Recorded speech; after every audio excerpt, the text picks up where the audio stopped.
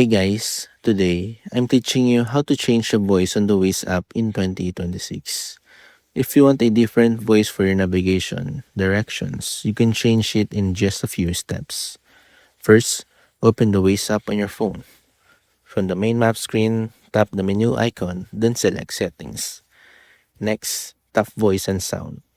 Under the Voice Direction section, select Waze Voice. You'll see the available voice options for your region and language.